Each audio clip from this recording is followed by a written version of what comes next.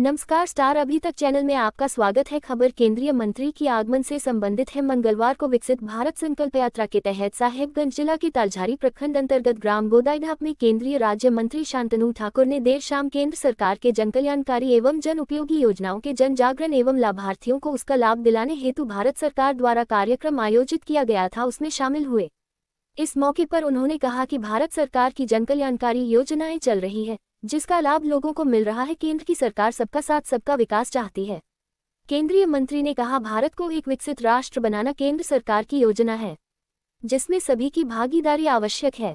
कार्यक्रम में जागरूकता रथ के माध्यम से उपस्थित लाभार्थियों को तत्काल लाभ पहुंचाने की व्यवस्था हो, इस पर विशेष परिचर्चा हुई। कार्यक्रम का उद्घाटन केंद्रीय मंत्री ने दीप प्रज्वलित कर किया।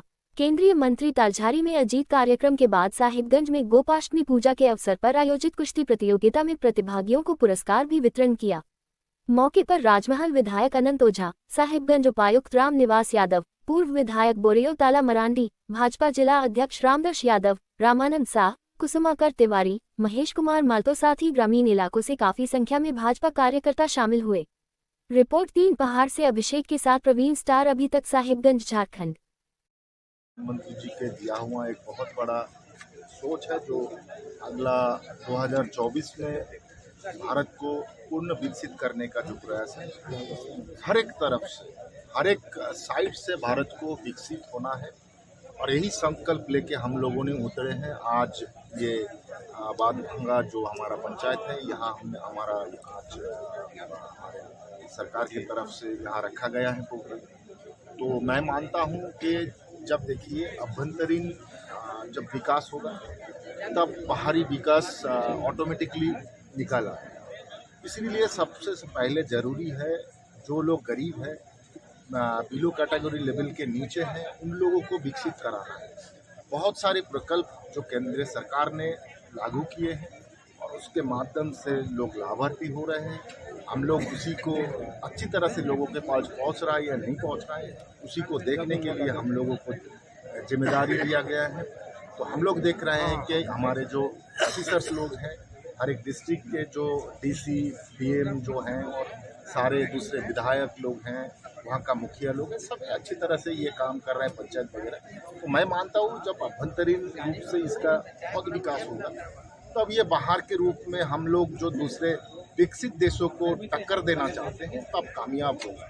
आप देख रहे हैं इंफ्रास्ट्रक्चर डेवलपमेंट हो रहा है, डेडिकेटेड फ्रेट कॉरिडोर तैयार हो रहा है, पोर्ट का विकास हो रहा है, विमान पथ का विकास हो रहा है, रेल का विकास हो रहा है, सड़क पथ का तो तुलना ही नहीं है। माननीय नितिन गडकरी जी के नेतृत्व में बहुत बड़ा काम हो रहा है पूरे भारतवर्ष में। मैं मान रहा हूँ कि हर तरीके से जैसा डेवलपमेंट बढ़ रहा है वो एक संकल्प है। तो 2024 में हम लोगों का विकसित भारत का जो माननीय प्रधानमंत्री जी का सपना है उसी को पूरा करना। एक बहुत बड़ा भागीरथ प्रयास आदरणीय प्रधानमंत्री नरेंद्र भाई मोदी जी ने धरती आबा भगवान बिरसा मुंडा की पुण्य भूमि से उन्होंने पूरे देश के लिए शुरुआत की है। और ये जनमन योजना के माध्यम से जो हमारा विशेष करके जो पिछड़ा क्षेत्र है, जो हमारा झारखंड जैसे राज्य में जो हमारी आदिवासी समाज है, इस समाज के अंतिम व्यक्ति तक कल्याणकारी योजनाएं कैसे पहुंचे और उन कल्याणकारी योजनाओं के माध्यम से देश के जो हमारा जनजातीय समाज है, हमारे झारखंड का सुदूरवर्ती जो समाज है, उस समाज तक उन योजनाओं के माध्यम से उनका जीवन स्तर कैसे ऊंचा उठे, उसके पीछे इस प्रकार की यह विकसित भारत को एक संकल्प यात्रा कह करके और यह यात्रा का शुभारंभ हुआ है। आज माननीय केंद्रीय मंत्री यहाँ नोडल मंत्री के रूप में आ रहे हैं हम सबके बीच में।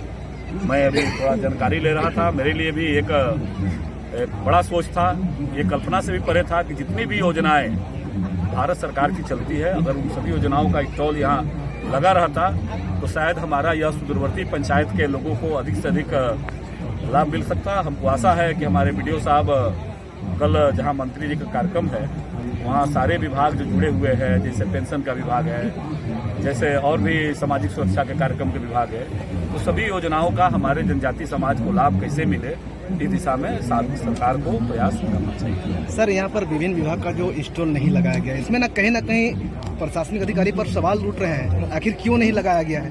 इसके बारे में समय आने पर निश्चित रूप से उच्च अधिकारियों से हम बात भी करेंगे, क्योंकि सरकार होती है और सरकार होने के कारण यह हो सकता है कि छठ पूजा के कारण इनको समय कम मिला हो, ये भी हो सकता है क्योंकि सारे लोग कहीं न कहीं जुड़े रहते हैं। लेकिन फिर भी यह एक महत्वाकांक्षी योजना है और स्वयं माननीय प्रधानमंत्री जी ने धरती आबा की धरती से इसका शुभारंभ किया है।